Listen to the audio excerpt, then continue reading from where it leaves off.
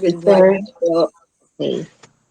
Tunay nga pong napakaganda ng mensahe sa atin ng Panginoon at ito po ay sabi nga po ay yung pagbibigay natin sa ating Panginoon hindi lamang ng ating mga tithes and offering, even yung ating buhay, yung oras, yung ating mga talent na ito na may ipinagkaloob sa atin ng Panginoon na dapat din nating gamitin sa paglilingkod natin sa Panginoon at sa ating kapwa din ng may pag-ibig. Sabi nga ni Pastor Alvin na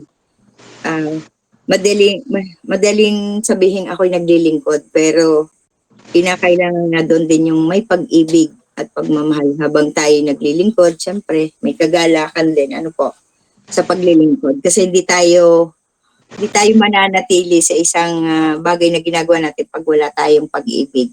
Kasi kumbaga parang maboboard tayo. Lagi lang paulit-ulit. Pero sabi nga, pag may pag-ibig tayo, sa mga ginagawa natin ito ay nagbibigay sa atin ng inspirasyon. Kaya kumbaga, sabi nga po ay, kumbaga, itong aking ginawang acronym ay napakahaba. Kaya dapat po talaga ay ibigay natin lang sa Panginoon yung ating yung best siguro natin kasi si Lord ay the best talaga po sa atin. Nilagay ko po dito ay paglilingkod. Yan po acronym, paglilingkod.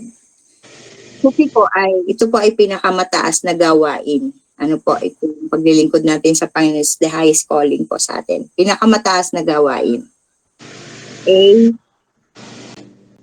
Okay. Pinakamataas na gawain, ang pagkatawag sa atin. Yan. Tuloy-tuloy ko na po. Sa G, gawin natin ito ng may pag-ibig. Lahat ay ibinigay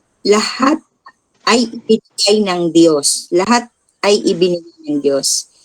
Ibinigay ang ating buhay. Laging sa Kanya ay ialay. Ibalik ang pasasalamat